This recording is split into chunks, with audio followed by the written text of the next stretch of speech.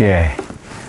요즘 유튜브가 상당히 이 사람들의 생활 속에 깊이 확산되고 하나의 일부가 되어 간다. 그런 느낌을 갖고 있습니다. 교육부하고 한국 직업능력개발원인가요? 비슷한 기관입니다. 같이 이 청소년들, 아동들에 대한 장래 희망 직종에 대한 조사를 한 결과가 나왔는데, 이 초등학생들이 장차 어떤 직업을 갖기를 원하는가 초등학생들에게 물었더니 놀랍게도 1등이 운동선수랍니다. 판사, 변호사, 의사 이런 것들이 우리 시대에는 희망직종 1위였지 않나 하는 기억이 납니다만은, 요즘 아이들은 놀랍게도 운동선수를 가장 선호하는 장래 희망 직업으로 꼽고 있다. 더욱 놀란 것은 유튜브를 통해서 일을 하는 유튜버라고 그러죠. 새로운 직종을 일컫는 말입니다. 유튜버. 저도 좀 생소합니다만, 인터넷 유튜브 동영상을 진행하는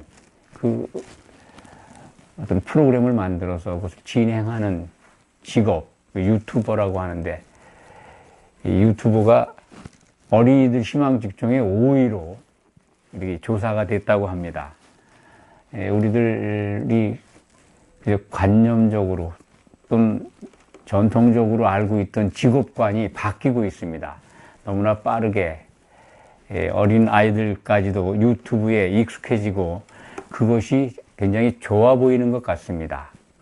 유튜브를 통해서 많은 사업들이 일어나고, 또 구독자가 많은 프로그램을 진행하는 분들은 광고 수입이 꽤 일어난다고 합니다. 그래서 유망한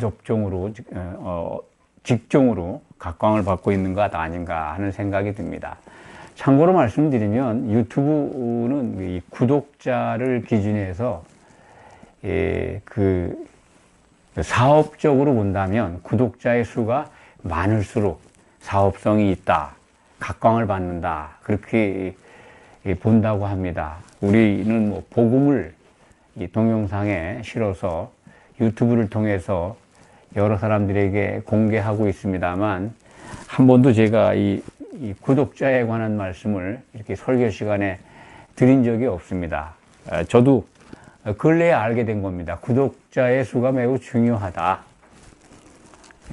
사업적으로는 중요하겠지만 우리는 구독하시는 것뿐만 아니라 이것을 즐겨 듣는 분들이 매우 중요합니다. 그리고 하나님이 기뻐하시는 말씀을 마음에 새기는 그러한 분들이 많이 늘어나기만 하면 됩니다. 그런데 그렇게 하려면은 먼저 구독이라는 과정을 통해서 하시면 좀 더 편리하고 또 참여의식도 높아지지 않겠나, 그런 생각을 합니다. 어쨌든 유튜버라고 하는 새로운 직종이 생겨서 어린이들까지도 유튜브를 통해서 많은 정보를 얻고 있고, 또 그것을 통해서 유익한 것도 얻고 있다. 물론 부정적인 부분도 많이 일어난다고 생각이 됩니다. 유튜브에서 어린이들에게 정서적으로 해로운 것들도 많이 유튜브 공간에 많이 게시되고, 또 부적합한 영상들 또는 언어 또는 그림 이런 것들이, 또 글 이런 것들이 없다고 볼 수는 없습니다.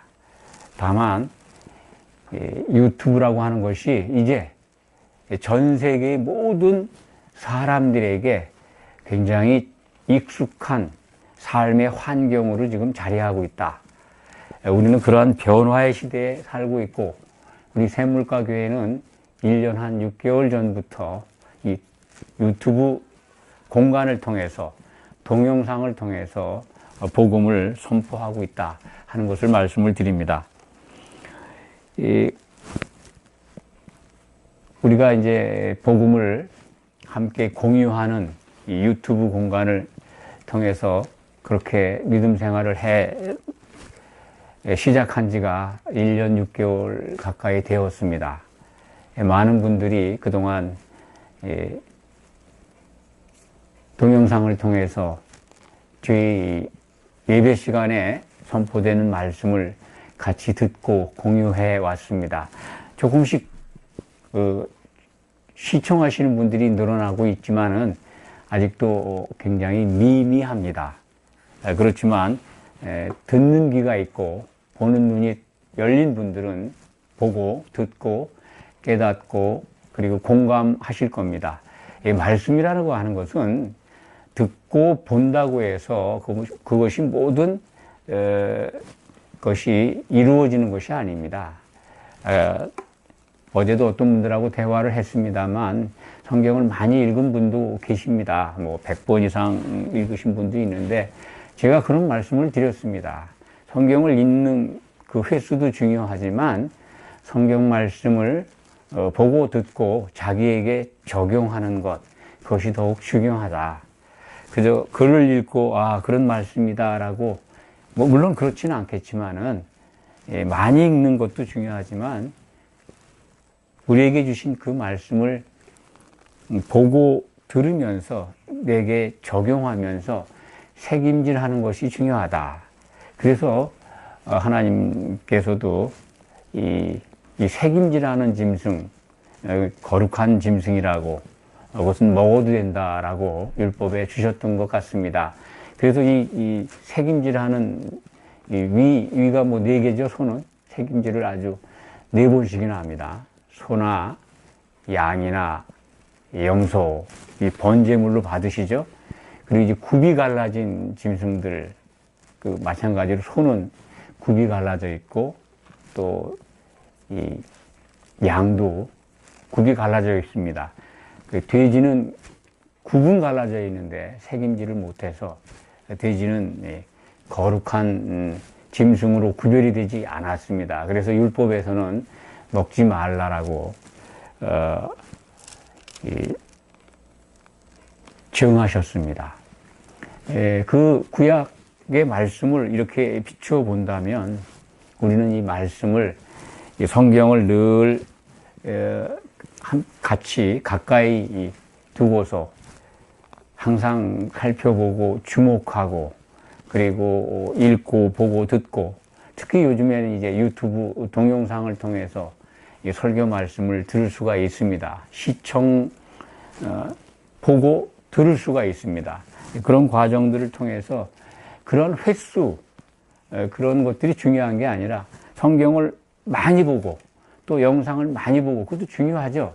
중요하지만 더욱 중요한 것은 자기에게 적용해서 하나님이 주시는 그 말씀의 참된 의미를 그리고 그 속에서 하나님이 기뻐하시는 게 무엇인가를 늘 발견하고 그것을 바라보고 따르는 믿음의 태도가 중요하다. 그런 말씀을 드리고 싶습니다.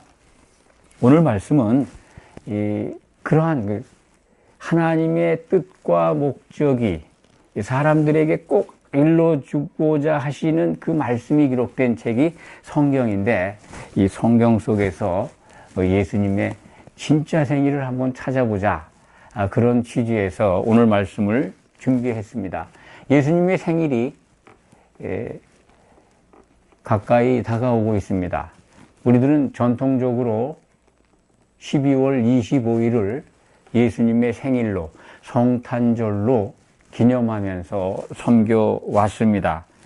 그런데 이 유튜브나 또 인터넷 이런 정보화 시대에 편리한 수단과 방법을 통해서 살펴보면 예수님의 생일이 우리가 지금까지 섬기고 지켜왔던 12월 25일이 아닌 것을 쉽게 발견할 수가 있습니다.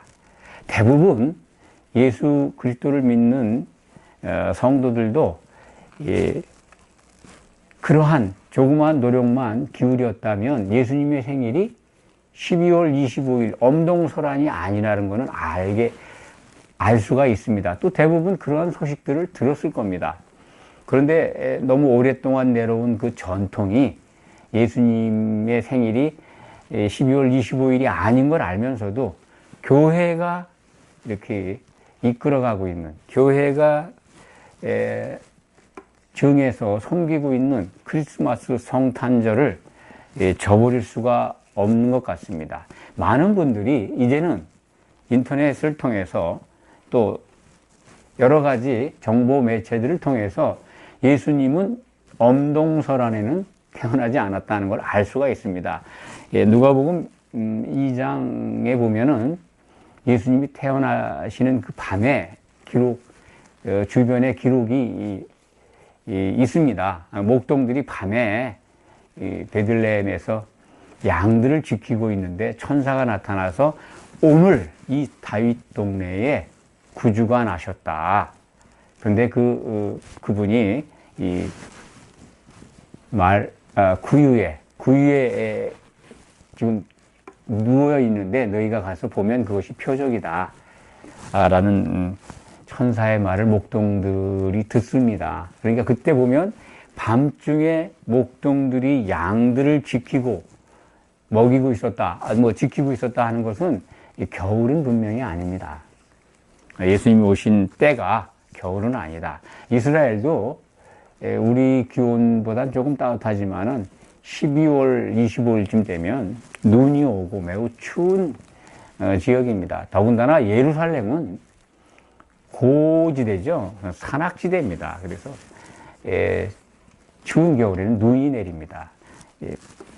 밤중에 양들이 밖에서 쉬거나 꿀을 먹거나 그럴 수 있는 계절이 아닙니다. 그렇기 때문에 성경의 기록을 분명히 주목해서 본다면 예수님은 겨울에 태어나시지 않았다. 그럼 이게 언제부터 이 크리스마스가 예수님의 생일로 등장했을까요? 저희는 로마 제국의 이 그리스도 공인 그 이후에 이렇게 예수님의 생일이 12월 25일로 정해졌다. 그렇게 봅니다. 다들 아시겠지만은 콘스탄티누스 황제 때 주후 313년이죠. 그리스도교가 로마 제국으로부터 공인을 받게 됩니다. 국교가 됩니다. 이 국교 되기 전부터 로마에는 이 동방 풍습을 따라서 태양신을 섬기는 축제가 있었습니다. 태양신에게 절하고 태양신을 위해서 잔치를 벌이는 제사 축제가 있었는데 그 태양신 축제일을 예수님의 생일로 이렇게 차용하지 않았나 그렇게 생각이 듭니다. 그때부터 예수님의 생일 성탄절이 제정이 됐고 그렇게 섬겨왔습니다. 그러니까 적어도 한 1700년경 1700년 정도 전부터 예수님의 생일이 동짓날, 그 당시에 이제 해가 가장 짧은 날, 동짓날, 그날을 예수님의 생일로 섬기기 시작했지 않나, 그렇게 생각이 듭니다. 그러니까 굉장히 오래됐습니다. 예수님의 생일이 초대교회 때부터 이루어진 것은 아니지만은, 로마 제국이 그리스도교를 국교로 인정한 때, 그 이후부터 크리스마스, 성탄절 기념과 축제가 이루어졌다고 생각을 합니다. 크리스마스라는 이름 자체가 카톨릭 용어입니다. 크리스라고 하는 건 크리스트, 그리스도죠. 헬라말로 그리스도. 그리스도와 마스라고 하는 거는 이제 미사라는 말 여러분들 들어보셨습니까? 봅니다. 카톨릭에서 드리는 예배를 미사라고 합니다. 미사. 마스가 미사가 변의 말입니다. 그러니까 그리스도께 드리는 예배, 그리스도 미사, 그것이 크리스마스입니다. 예, 카톨릭 용어죠. 예, 그 카톨릭 전통에 의해서 성탄절로 섬겨왔는데 20세기 들어서는 뭐 상업적으로 많이 변질됐었죠. 뭐 루돌프 사슴코 같은 상인들이, 장사꾼들이 만든 것들이 오히려 성탄절에 여러 가지 그 요소로 등장해 왔었습니다. 뭐 썰매를 타고 뭐 루돌프 사슴코, 성경에는 없습니다. 그 어디에도 없습니다. 또 크리스마스 추리라는 문화도 유럽에서 나온 문화입니다. 그렇기 때문에 우리는 이 시대에 이제 예수님이 엄동설안에 태어나지 않으셨다 하는 것을 먼저 받아들이고, 그러면 성경은 예수님이 언제 태어나실 것으로 기록을 했고 그것을 어떻게 우리들이 알게 하셨는가, 성경을 통해서 한번 예수님의 진짜 생일을 한번 찾아가 보기로 하겠습니다. 오늘 우리가 같이 읽은 말씀, 골로새서 2장 16절의 말씀은 이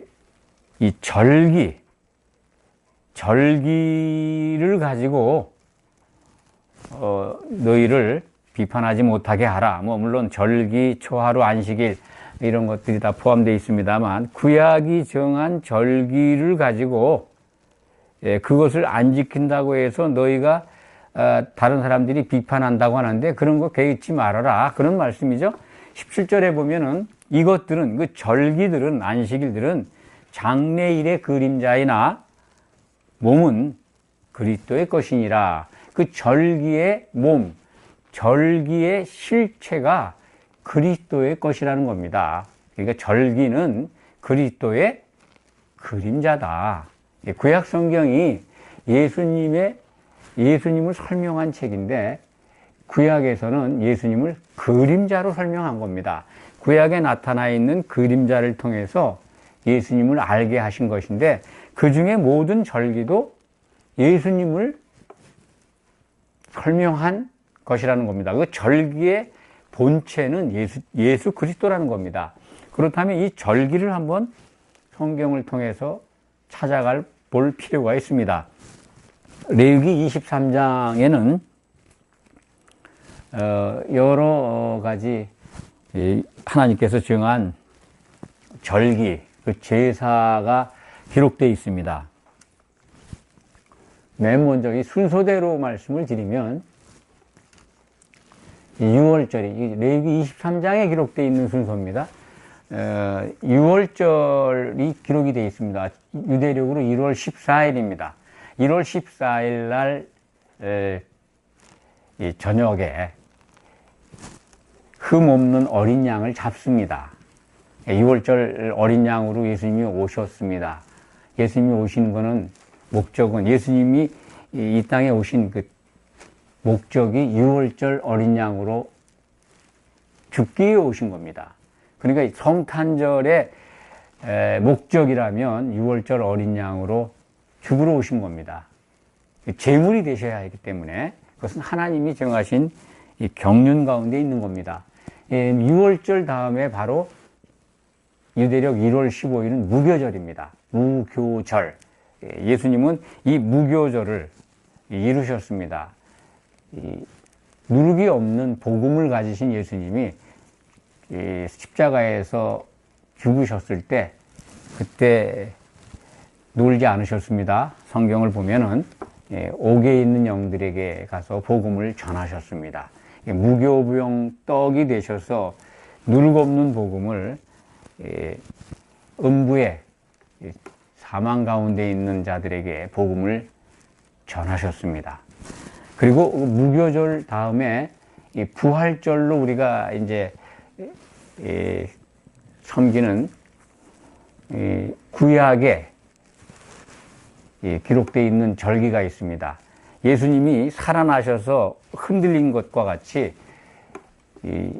첫 이삭 단을 바치는 요제 제사가 있는 절기가 레위기 23장에 기록이 되어 있습니다. 무교절기 다음에 첫 이삭단을 바치는 요제 절기가 있습니다. 신약의 적용하면은 부활하신 예수님, 부활절을 우리가 이제 섬기지 않습니까? 구약에 나타나 있는 것이 바로 그 요제 드리는 날입니다.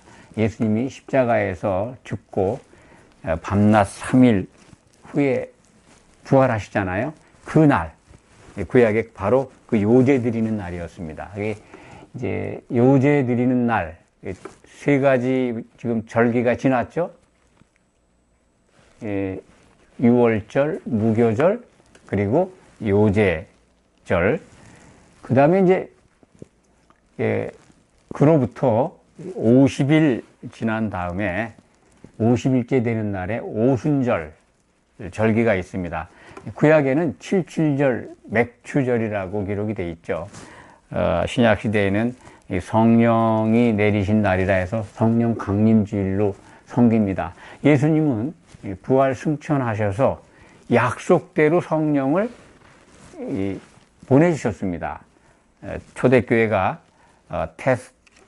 출발하는 바로 그날입니다. 오순절날 사도들이 먼저 성령의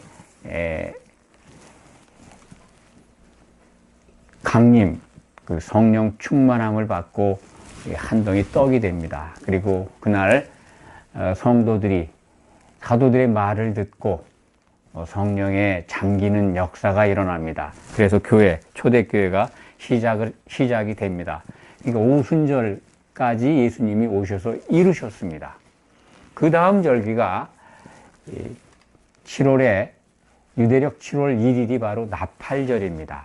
나팔절에는 이 화제를 드리라라고 기록이 되어 있는데 나중에 이제 레위기 23장을 한번 쭉 읽어 보시기 바랍니다. 그 절기가 제사 드리고 또 안식일로 삼아서 쉬라고 기록되어 있는 그 말씀들을 읽어 보시면 제가 지금 말씀드린 순서대로 기록되어 있는 걸 확인하실 수 있습니다. 나팔절 다음에 기록되어 있는 절기는 대속죄일입니다. 그날 대속죄일 절이라고 붙여 있지 않지만은 대속죄절이라는 표현은 안 되어 있습니다만 대속죄일 그날도 괴롭게 하고 제사를 드리도록 되어 있습니다. 7월 10일입니다. 유대력. 그 다음에 7월 15일이 바로 장막절, 초막절이고 장막절이고 수장절로도 구약엔 기록이 되어 있습니다. 이 장막절이 뭐겠습니까? 장막 치는 날이지 않습니까? 물론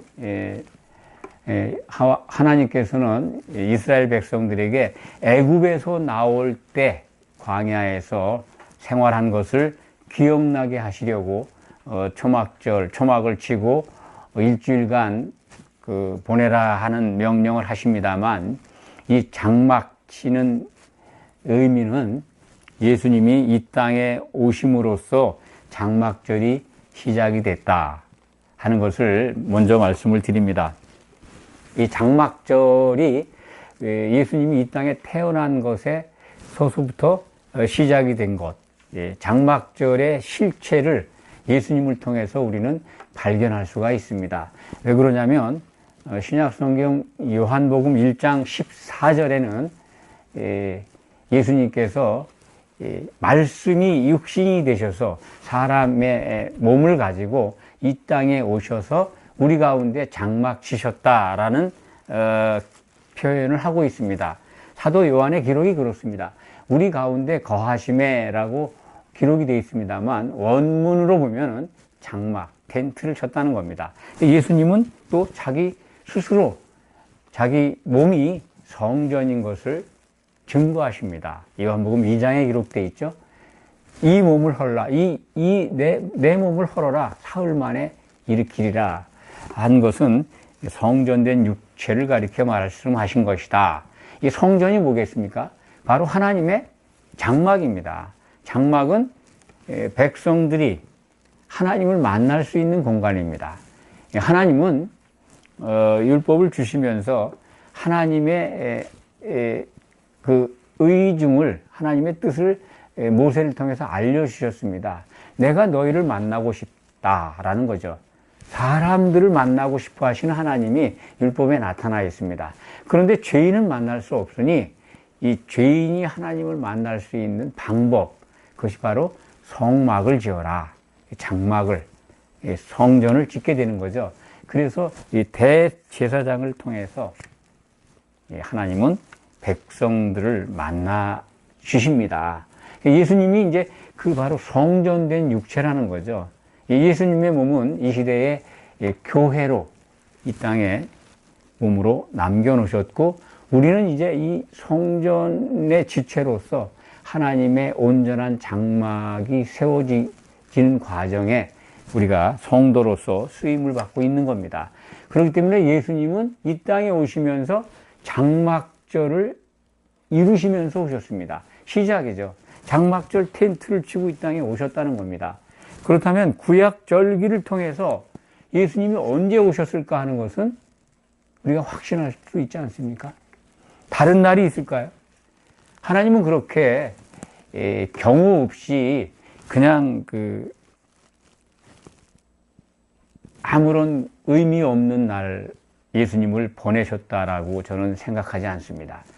구약의 모든 것들이 예수님의 그림자인데, 그 실체가 오시는, 이 땅에 예수님이 오시는데 이 구약의 그림자로 나타난 절기를 통해서 오시지 않겠습니까? 그 장막절이 있으니까. 그렇다면 예수님의 진짜 생일이 언제인가는 우리가 성경을 통해서 확인하게 되는 것입니다. 예수님은 유대력 7월 15일 장막절에 이 땅에 오셨다 하는 것은 분명하게 그것을 여러분에게 말씀드릴 수 있습니다. 성경을 통해서 예수님의 진짜 생일을 찾을 수가 있습니다. 그것이 바로 장막절이다. 왜냐하면 텐트 치러, 장막 치러 오셨으니까. 그리고 그 성전된 육체에 대해서 예수님이 직접 설명을 하셨습니다. 그러면 이제 남은 것은 이 날짜는 정해졌습니다. 언제 오시느냐, 어느 때, 어느 해에 오셔야 하느냐 하는 것은 또 우리가 성경을 통해서 확인해 봐야 합니다. 그것은 너무나도 선명하게 구약 성경 다니엘서 9장 25절에 기록이 되어 있습니다. 다니엘서 9장 25절에 제가 그 기록된 말씀을 읽어드리겠습니다. 그러므로 너는 깨달아 알지니라. 예루살렘을 중건하라는 영이 날 때부터 기름 부음을 받은 자 곧 왕이 일어나기까지 7이레와 62이레가 지날 것이요. 왕, 곧 기름 부음 받은 자가 일어나는데 예루살렘 성벽, 성전이 아닙니다. 예루살렘 성 둘레, 성을 이렇게 구별하는 모든 성은 다 그 성벽이 있죠. 우리나라의 그 북한산에도 서울 도성에 성벽터가 있습니다. 숭례문이니 흥인지문이니 다 이것들은 이 한양 도성의 문들이죠. 예루살렘에도 그 성벽, 성을 두르는 벽이 있었습니다. 그게 허물어졌는데 그걸 중건하라는 명이 날 때부터 기름 부음 받은 자가 일어나기까지 69이레가 지나야 된다는 겁니다. 다니엘서에 기록된 겁니다. 69이레는 곱하면 한 이레가 7년입니다. 다니엘서에서 한 이레가 7년으로 계산하시면 됩니다. 그러면 483년입니다. 예루살렘 성벽을 중건하라는 영이 언제 나왔느냐만 우리가 발견하면 그 왕이 일어나는 것, 기름 부음을 받는 그 때가 언제인가를 알 수가 있습니다. 그러면 영이 난 때를, 예루살렘 성벽을 중건하라는 영을 먼저 찾기가 어렵다면 우리는 이렇게 거꾸로 찾으면 됩니다. 예수님이 기름 부음 받은 자로 왕으로 일어난 때, 그때가 언제입니까? 예수님이 30세 되는 해입니다.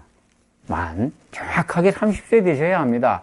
그래야 성경적입니다. 레위인, 그러니까 하나님의 일을 하시려면은, 예수님이 공생의 생활을 시작하시려면은 만 30세가 지나야 됩니다. 율법 아래 나셨기 때문에 그렇다면 예수님이 성령의 기름을 받은 해가 만 30세 되는 해라 그러면 우리는 AD 26년으로 알 수가 있습니다.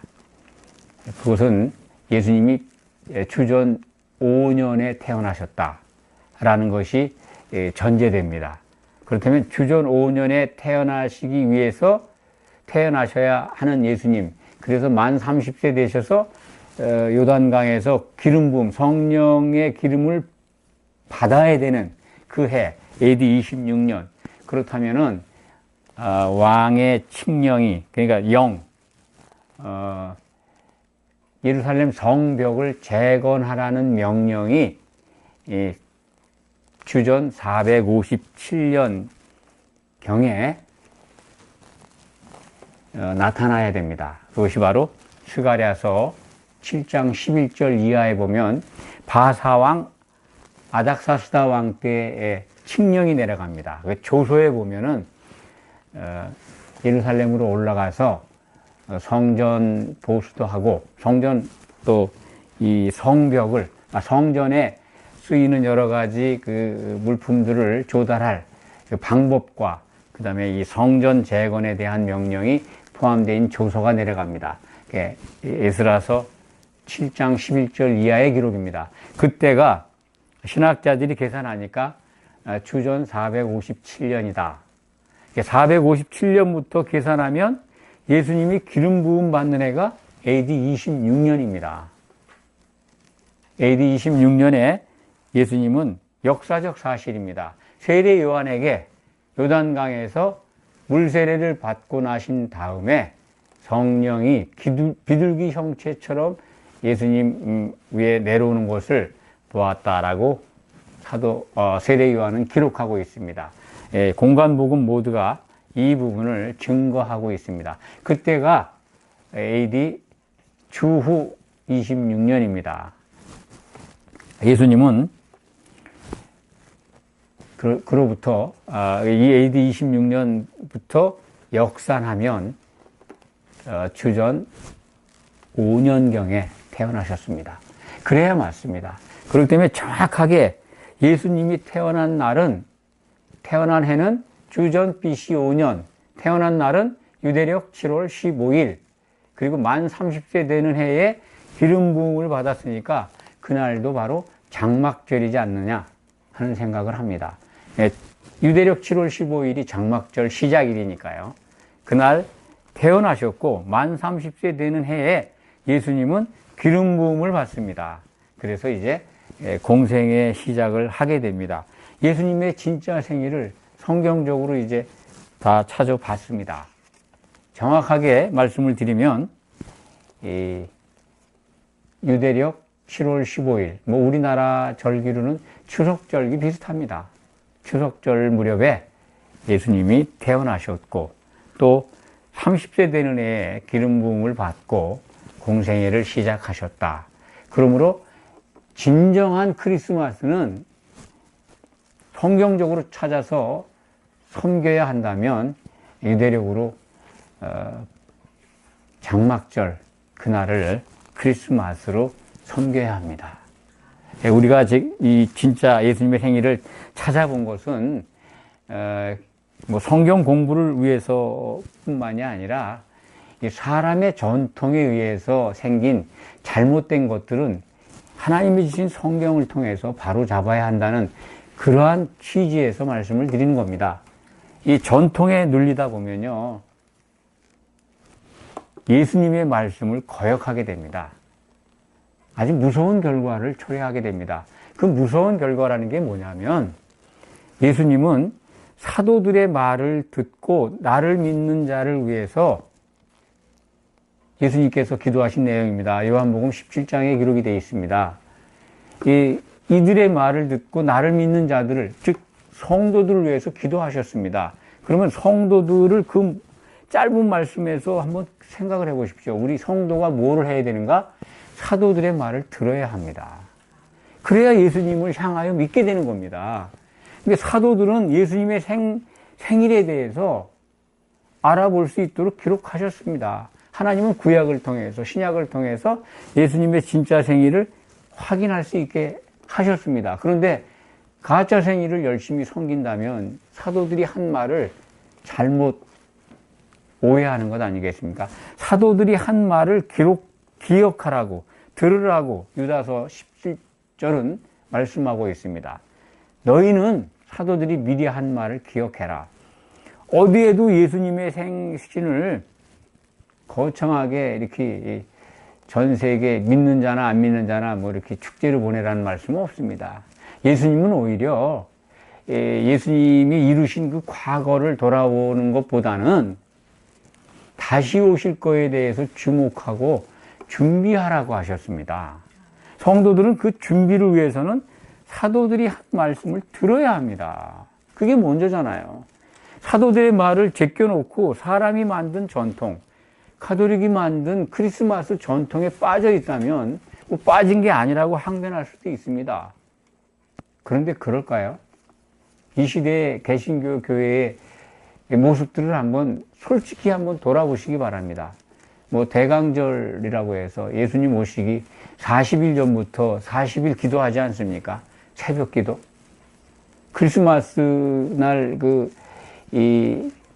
참 성탄 감사 예배를 위해서 얼마나 많은 교회에서 많은 성도들이 칸타타 준비를 하고 여러 가지 프로그램 준비를 하지 않습니까? 뭐 연극도 하는 데도 있고 굉장히 많습니다. 세미나도 하고. 물론 어느 날이 됐건 성탄을 예수님의 오심을 기억하고 기념하고 감사하는 그 예배는 당연히 해야 합니다. 그런데 잘못된 전통에 의해서 가짜 생일에 그렇게 빠진다면 사도들의 말을 올바로 듣는 게 아니지 않습니까? 우리 성도가 해야 될 가장 최우선 일은 사도들의 말을 듣는 겁니다. 그래야 하나님의 일을 할 수 있지 않겠습니까? 하나님의 일을 하는 것이 무엇인가는 성경에 기록이 되어 있습니다. 예수님을 향하여 믿는 겁니다. 예수님 안으로, 예수님을 향하여 믿는 것에 대해서 지난주에도 매우 강조해서 말씀을 드렸습니다. 여러 가지 생각할 수 있지만은 단순하게 예수님이 다시 오신다는 그 일정, 그것을 붙들고 믿는 겁니다. 그게 소망입니다. 성도들에게 가장 큰 소망이고 그것이 가장 큰 믿음의 목표입니다. 그분이 오셔야 다 이루어지기 때문에 그렇습니다. 다른 방법으로 구원에 이르는 방법이 없습니다. 예수님이 오실 때 우리는 기름을 준비한 성도로 나타나는 겁니다. 그러려면은 성령 안에서 우리가 예수님의 생각으로 같아지기 위해서는 먼저 사도들의 말을 들어야 합니다. 예수님이 그렇게 기도하셨고 사도들은 그걸 기록을 했고 우리는 그 기록을 주목해서 봄으로써 예수님이 다시 오신다는 걸 알게 되었고 다시 오실 때 예수님이 심판주로 오시는데 무엇을 가지고 우리를 심판하신가 하는 것도 사도들은 기록을 해놓았습니다. 그것을 주목해서 보고 준비하는 것이 성도들의 사명입니다. 예수님의 진짜 생일을 찾는 것도 중요하지만 진짜 생일에 대해서 기록한 성경을 따라서 그것을 바라보고 그날을 기념하는 것이 옳다라고 생각을 합니다. 이제 우리는 가톨릭이 만든 전통에 빠져서 12월 25일을 크리스마스로 그렇게 기념할 게 아닙니다. 이제 버려야 될 때입니다.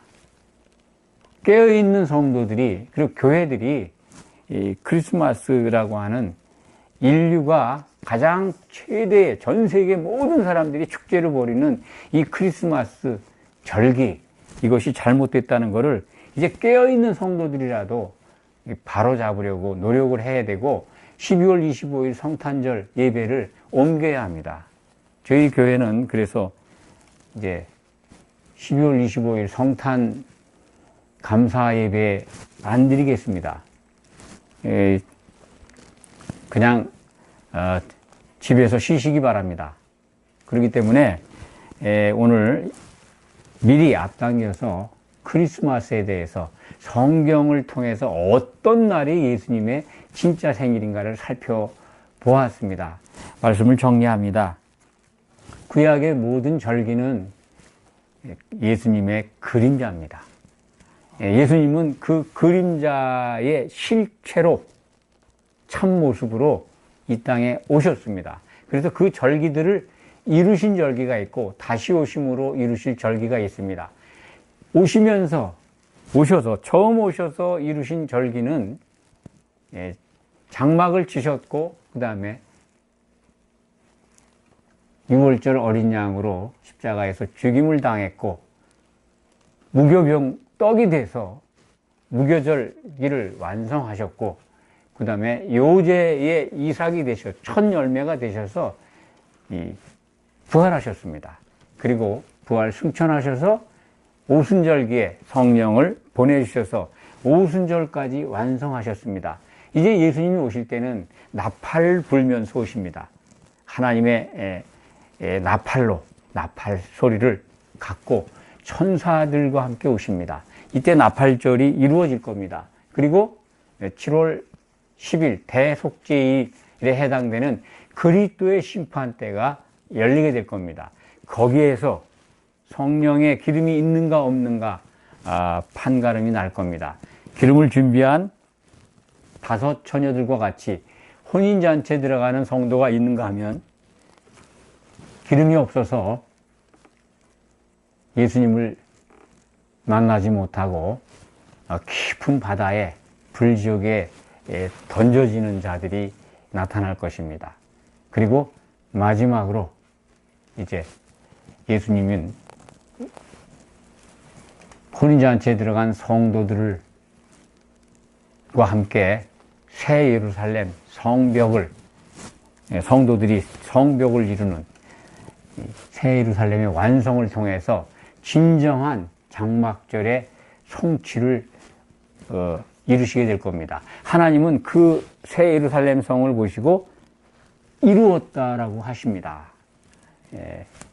요한계시록 21장 6절 7절의 말씀입니다. 새 예루살렘을 보시고 이루었다. 하나님의 목적이 이루어지는 겁니다. 이것을 통해서 이 구약의 그림자였던 절기를 완성하시는 예수님을 발견하게 됩니다. 그렇기 때문에 틀림없습니다. 예수님은 장막절에 오셨습니다. 그리고 장차 마지막에 새 예루살렘 성의 완성을 통해서 장막절을 성취하실 것입니다. 이것이 오늘 우리가 성경을 통해서 살펴본 예수님의 진짜 생일에 대한 말씀의 결론입니다. 기도하겠습니다. 아버지 하나님 감사합니다. 모든 것을 세우신 뜻을 반드시 성취하시는 하나님, 그것을 오늘도 확인하게 됩니다. 모든 절기를 완성하시고 하나님의 모든 목적이 성취되는 그날까지 우리는 그리스도 안에서 참된 소망을 가질 수 있습니다. 참으로 감사합니다. 다시 오실 주님을 기다리면서 이제 예수님의 진짜 생일을 밝히 알았사오니 그날을 기념하며 하나님의 은혜에 감사하는 그러한 성도가 되기를 원합니다. 예수 그리스도의 이름으로 감사드리며 간절히 기도하옵나이다. 아멘.